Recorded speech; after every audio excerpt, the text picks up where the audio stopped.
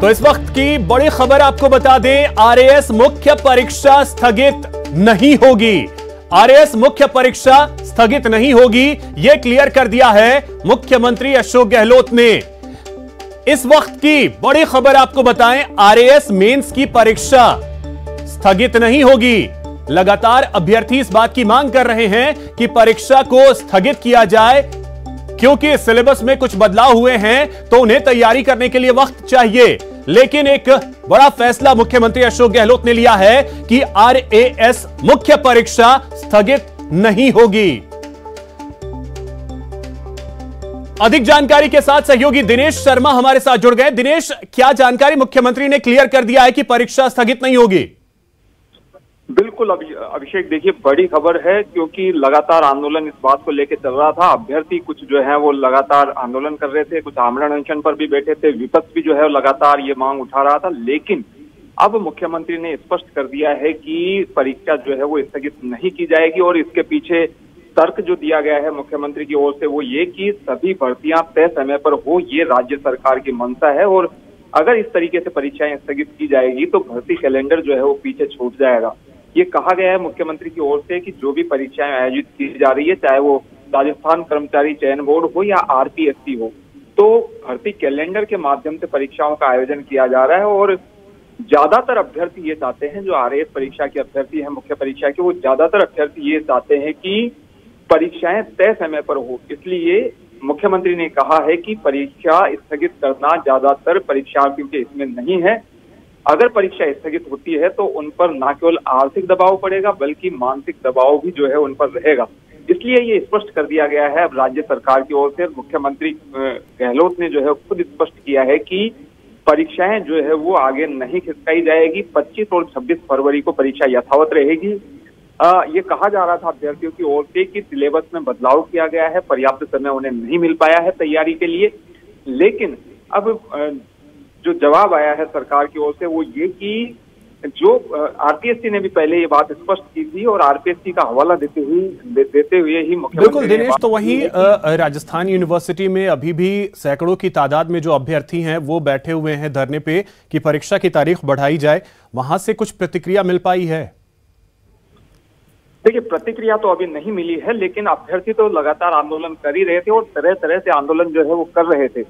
ना केवल अभ्यर्थी आंदोलन कर रहे थे, लेकिन पिछले दिनों हमने ये भी देखा कि किरोड़ीलाल मीणा, राजेंद्र राठौड़, ये लोग भी गए थे आंदोलन में शामिल होने और इन्होंने समर्थन किया था जो मांग अभ्यर्थियों द्वारा की जा रही थी।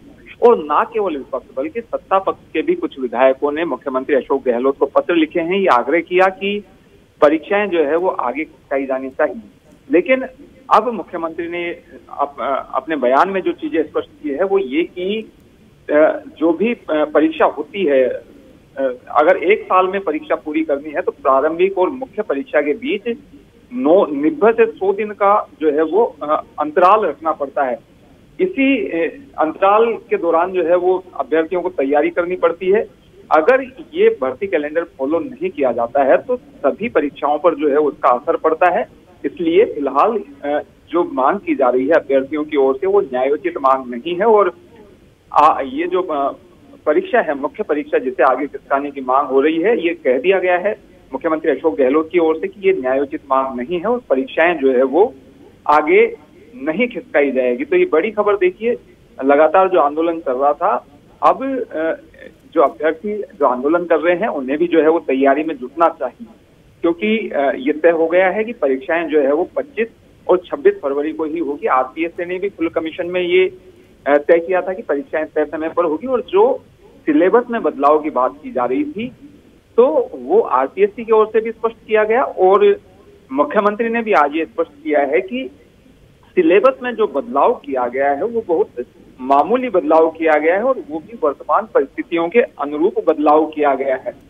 तो और जो बदलाव किया गया है वो जो टॉपिक है जिनमें बदलाव हुआ है वो भी जो पुराने विषय थे उन्हीं से जुड़े हुए टॉपिक हैं। तो अधिकांश परीक्षा का सिलेबस यथावत है, इसलिए ये मांग जो है वो खारिज हो जाती है अभ्यर्थियों की कि उन्हें पर्याप्त समय नहीं मिल पाएगा। तो अब देखिए ये जो है स्पष्ट जो है कर दिया गया है कि परीक्षा जो है बिल्कुल दिनेश, तो पहले आरपीएससी ने पहले ही क्लियर कर दिया था कि परीक्षा 25 और 26 तारीख को ही होगी। और अब मुख्यमंत्री ने भी क्लियर कर दिया है कि परीक्षा तय समय पर ही होगी, क्योंकि जो भर्ती प्रक्रिया है वो कहीं रुके ना। सरकार की यही मंशा है कि भर्ती जो प्रक्रिया है वो स्मूथली चलती रहे। लेकिन अब अभ्यर्थियों का क्या, क्योंकि वो तो इस मांग पे अड़े थे कि किसी कीमत पे परीक्षा जो है वो स्थगित की जाए। देखिए, अभ्यर्थियों को अब तैयारी ही करनी पड़ेगी, क्योंकि आरपीएससी की ओर से भी और राज्य सरकार की ओर से भी स्पष्ट कर दिया गया है कि परीक्षा तय समय पर होगी। 25 और 26 फरवरी को ही परीक्षा होगी। आरपीएससी की फुल कमीशन में यह तय किया गया। उसके बाद अभ्यर्थी मांग कर रहे थे कि राज्य सरकार जो है वो दखल दे, लेकिन राज्य सरकार ने भी अभ्यर्थियों की मांग को खारिज किया है। मुख्यमंत्री अशोक गहलोत ने ये कहा है कि ये मांग जो है वो न्यायोचित मांग नहीं है। साथ ही मुख्यमंत्री ने जो कहा है वो ये भी कि पूर्व में जब ये परीक्षा आयोजित की गई थी 27 अक्टूबर 2021 को प्री परीक्षा जब आयोजित की गई थी, और इसका परिणाम जो है वो 19 नवंबर 2021 को जारी किया गया था। तो उसके बाद से नवंबर 2021 के बाद से मुख्य परीक्षा के लिए पर्याप्त समय अभ्यर्थियों को मिल चुका है। जो सिलेबस में बदलाव की बात कही जा रही थी कि सिलेबस में बदलाव किया गया है, इसलिए समय जो है वो दिया जाना चाहिए अभ्यर्थियों को, वो जो है मांग खारिज कर दी गई है। और ये स्पष्ट कर दिया गया है कि जो भी बदलाव किया गया है वो बहुत ज्यादा आमूलचूल परिवर्तन नहीं है, वो बहुत छोटा सा परिवर्तन है। और इसके लिए जो है जो मांग की जा रही है अभ्यर्थियों की, वो स्वीकार करने योग्य नहीं है, क्योंकि अगर अभी अभ्यर्थियों की मांग मानी जाती है तो इसका व्यापक असर होगा, आगामी जो भी भर्ती परीक्षाएं हैं उन पर असर होगा। और ये कहा गया है मुख्यमंत्री की ओर से कि सभी भर्ती परीक्षाएं समय पर हो, इसकी कवायद की जा रही है। 1 लाख। ठीक है दिनेश, एक और चीज जरा सा अगर आप उससे भी क्लियर कर दीजिएगा, क्योंकि देखिए आरएएस प्री परीक्षा का जो मामला है वो कोर्ट में भी है, वहां सुनवाई भी आज शुरू हुई और कल फिर सुनवाई होगी। तो क्या उसका कोई असर यहां पड़ेगा या उसका कोई असर नहीं पड़ेगा? देखिए, मुझे नहीं लगता आपकी कोर्ट भी इस मामले में कोई ज्यादा दखल करेगा। हालांकि मामला जो है वो कोर्ट में गया है, तो कोर्ट को ये अधिकार है कि वो किस तरह के निर्देश जो है वो देता है। लेकिन आरपीएससी और सरकार की ओर से ये बात स्पष्ट कर दी गई है कि आरपीएससी और सरकार की ओर से बात स्पष्ट कर दी गई है कि परीक्षा जो है वो तय समय पर करवाई जाएगी। तो अब जो है अभ्यर्थी जो तो फिलहाल की स्थिति जो अभी बनती दिख रही है, अब आरएएस अभ्यर्थियों को जो बचा हुआ समय है वो ध्यान अब लगाना चाहिए मेंस की तैयारी में। बहुत शुक्रिया दिनेश आपका तमाम जानकारी के लिए। तो आपको बता दें, बड़ी खबर यह है कि परीक्षा स्थगित नहीं होगी। चलिए अब रुक करते हैं अगली खबर की ओर। 23 फरवरी को गहलोत सरकार बजट पेश करने की तैयारी कर रही है, तो बीजेपी सरकार को घेरने की। पिछले बजट के 7 संकल्प को लेकर बीजेपी के प्रदेश अध्यक्ष ने सरकार पर 7 बड़े वार किए। राजस्थान कितना निरोगी है ये आपके सामने है, लेकिन बड़े जोर शोर से ये वायदा किया था कि हम लोग जनता क्लिनिक खोलेंगे। ऐसे 172 जनता क्लिनिक की घोषणा हुई थी। पिछले बजट से ऐन पहले जयपुर के किसी कोने में कुछ जगह चिकित्सा मंत्री जी ने फीते जरूर काटे थे, पर उसकी अभी फिजिकल स्टेटस अभी किसी को ही नहीं पता है। जो निरोगी राजस्थान का संकल्प था वो मुख्यमंत्री जी का 3 वर्षों के बाद भी अधूरा ही दिखता है। संपन्न किसान, अब किसान कितना संकल्प है ये अंदाज लगा सकते हैं कि अभी 3 दिन पहले भीलवाड़ा के किसान ने आत्महत्या की। उससे पहले दर्जनों किसानों की आत्महत्या की खबरें गंगानगर, हनुमानगढ़ और दूसरे जिलों से भी आई। और इसका बड़ा कारण है कर्जा माफी। वहां पर सरकार पूरे तरीके से विफल हुई है। हमारी मांग रहेगी कि इस बजट में किसानों की कर्जा माफी का ऐलान सरकार करे। महिला, बाल एवं वृद्ध कल्याण, आप सब जानते हैं कि इस समय राजस्थान में महिलाओं के अपराध सर्वाधिक हैं, सर्वाधिक अत्याचार हैं, और एक आंकड़े के मुताबिक 18 बलात्कार प्रतिदिन होते हैं। सक्षम मजदूर, छात्र, युवा और जवान, देखिए राजस्थान के विद्यार्थियों की, नौजवानों की क्या दशा वो आपसे छुपी हुई नहीं है। एक संस्था है centre for monitoring of Indian economy, उसका सर्वे कहता है कि 27% बेरोजगारी ये राजस्थान में है। शिक्षा का परिधान, हमारा संकल्प शिक्षा का परिधान। राजस्थान के शिक्षा के इंफ्रास्ट्रक्चर के बारे में यदि ठीक से आप आकलन करेंगे तो अधिकांश स्कूल बुनियादी सुविधाओं से वंचित हैं। अभी भी बहुत सारे स्कूल्स में उस तरीके के बुनियादी जरूरतें पूरी नहीं हुई हैं। क्लासरूम्स की कमी है, टॉयलेट्स की कमी है, बिजली के कनेक्शंस भी नहीं है। पानी को लेकर एक बड़ी महत्वाकांक्षी योजना जल जीवन मिशन, और उस मिशन पर आधे हिस्से में केंद्र और राज्य सरकार को काम करना था। भारत की सरकार ने अपने निश्चित निर्धारित समय पर अपना पैसा राजस्थान की सरकार को ट्रांसफर किया। 2024 तक इनका जो लक्ष्य था 84 लाख का, जो घर घर नल पहुंचाने का था, वो 60 लाख ही पूरा हो पाएगा। अभी तक की जो रफ्तार और नीयत है।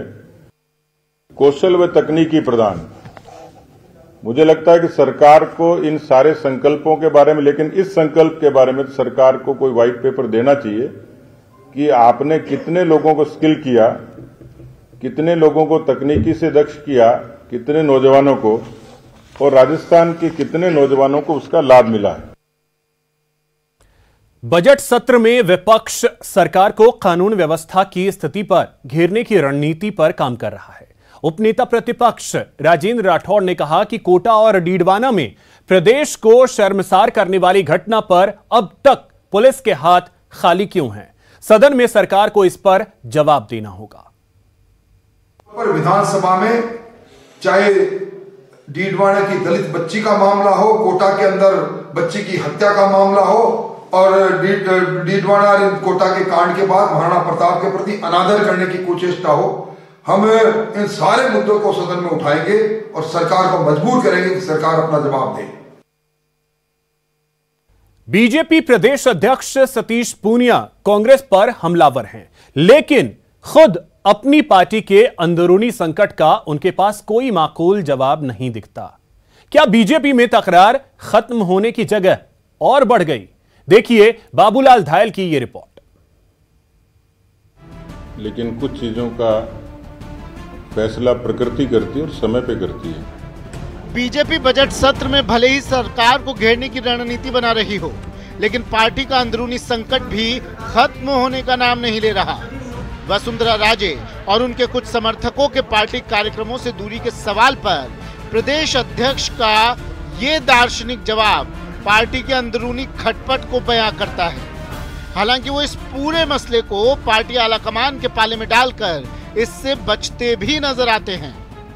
इसका प्रभारी इसका ठीक जवाब तो प्रभारी जी दे पाएंगे, लेकिन पार्टी में बहुत मसले ऐसे होते हैं जिनका कोई टाइम बाउंड समय नहीं होता है कि उस समय उसका फैसला करेंगे। लेकिन कुछ फोरम पर उसकी चर्चा बाकी है, और अभी क्योंकि केंद्रीय नेतृत्व भी उत्तर प्रदेश के चुनाव में व्यस्त है, उसके बाद ही चर्चा इस पर हो पाएगी।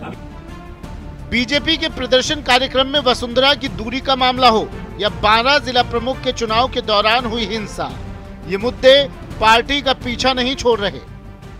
उस पर चर्चा करनी है। अभी दो पक्ष थे उसमें, एक क्रॉस वोटिंग हुई, और क्रॉस वोटिंग के कारण जब कोई कार्यकर्ताओं के भीतर नाराजगी थी, क्योंकि वो जो घटना में जिन लोगों का जिलाध्यक्ष ने, बाकी लोगों ने रिपोर्ट दी, तो उसमें पार्टी के लोग थे। अब उसमें क्योंकि वो पथराव हुआ था क्रॉस वोटिंग के कारण, तो दोनों ही पक्ष हैं, उस पर बड़े स्तर पर ही कोई चर्चा होनी है। तो हमारे पास रिपोर्ट आई है, आंशिक है, अभी कुछ लोगों से और बातचीत करनी है। सियासी हलकों में इस बात को लेकर चर्चा है कि विधानसभा चुनाव के नजदीक आने के बाद भी प्रदेश बीजेपी में अंदरूनी खींचतान पार्टी को नुकसान पहुंचा सकती है, लेकिन पार्टी के प्रदेश अध्यक्ष इस हकीकत को स्वीकार करने को तैयार नहीं दिखते। देखिए, ये राजनीतिक दल हैं, भजन मंडली होती तो शायद ऐतराज होता, तो इसमें छोटी छोटी चीजें होती हैं, और आजादी के बाद 52 से चुनाव हो रहे हैं, तो इस तरीके की राजनीतिक दलों में कहीं न कहीं मतभेद होते हैं। पर बीजेपी का क्योंकि संगठन बड़ा है और विचार बड़ा है, इसलिए इस तरीके की पॉलिटिकल गॉसिप का भारतीय जनता पार्टी की सेहत पर कोई बहुत ज्यादा असर पड़ता नहीं है। बीजेपी भले ही कांग्रेस के अंदरूनी खींचतान पर सियासी तंज कसकर अपना मकसद पूरा करना चाहती हो, लेकिन इतना तो तय है कि वर्चस्व की लड़ाई चुनाव के नजदीक आते आते और बढ़ती दिख रही है। संघर्ष सत्ता के शीर्ष पर पहुंचने का है, इसलिए इसके फिलहाल थमने के कहीं कोई आसार दिखाई नहीं पड़ रहे। Babulal धायल, news 18 network, Jaipur. केंद्रीय जल शक्ति मंत्री और पंजाब बीजेपी प्रभारी गजेंद्र सिंह शेखावत चुनाव की गहमागहमी के बीच जोधपुर पहुंचे। एयरपोर्ट पर मीडिया से बातचीत के दौरान केंद्रीय मंत्री ने कहा कि पंजाब में रोमांचक मुकाबला है और भाजपा मजबूत है। शेखावत फलौदी में एक शाम गौ माता के नाम जागरण में शामिल होने के लिए पहुंचे हैं।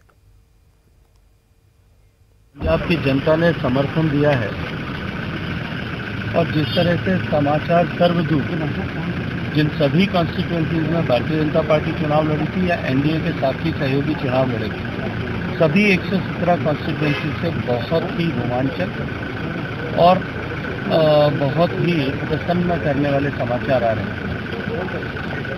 मैं सीटों के नंबर्स में अगर नहीं जाऊं तो भी एक बात निश्चित रूप से कह सकता हूं कि सरकार भारतीय जनता पार्टी के बिना वहां नहीं।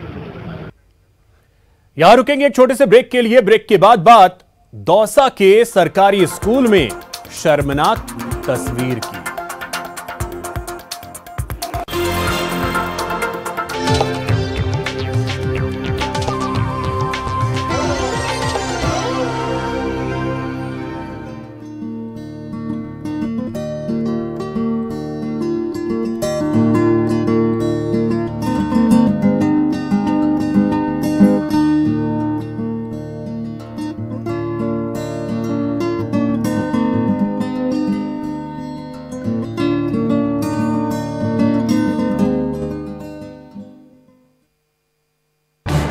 इस न्यूज हेडलाइंस के प्रायोजक पेट सफा आयुर्वेदिक चूर्ण। पेट सफा, हर रोग दफा।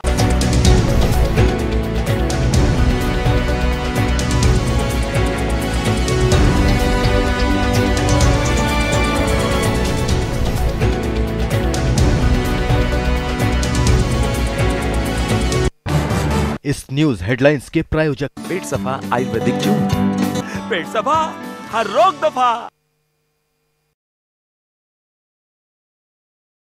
देश के सबसे बड़े बैंकिंग घोटाले मामले से जुड़ी एबीजी शिपयार्ड कंपनी के पूर्व चेयरमैन और एमडी ऋषि अग्रवाल सोमवार को दिल्ली स्थित सीबीआई मुख्यालय पहुंचे। उनसे घोटाले को लेकर पूछताछ की जाएगी। सतीश पूनिया ने कानून व्यवस्था के मुद्दे पर प्रदेश सरकार को घेरा। उन्होंने सरकार पर आरोप लगाया कि महिलाओं की सुरक्षा करने में सरकार विफल रही। सरकार रोजाना बलात्कार की घटनाएं हो रही हैं, लेकिन सरकार नहीं जाग रही। एमएलए सीएम के सलाहकार संयम लोढ़ा का मुख्यमंत्री को पत्र। आरएस मुख्य परीक्षा की तिथि आगे बढ़ाने की मांग। संयम लोढ़ा ने ट्वीट करके कहा कि सिलेबस में बदलाव, तैयारियों का समय 3 महीने, जरूरी पुस्तकें भी बाजार में उपलब्ध नहीं हैं। डीडवाना की निर्भया के मामले में आखिरकार चौथे दिन चौथे दौर की वार्ता सफल रही। रविवार देर शाम को कलेक्टर पीयूष सामरिया डीडवाना पहुंचे और बातचीत कर धरना खत्म किया गया।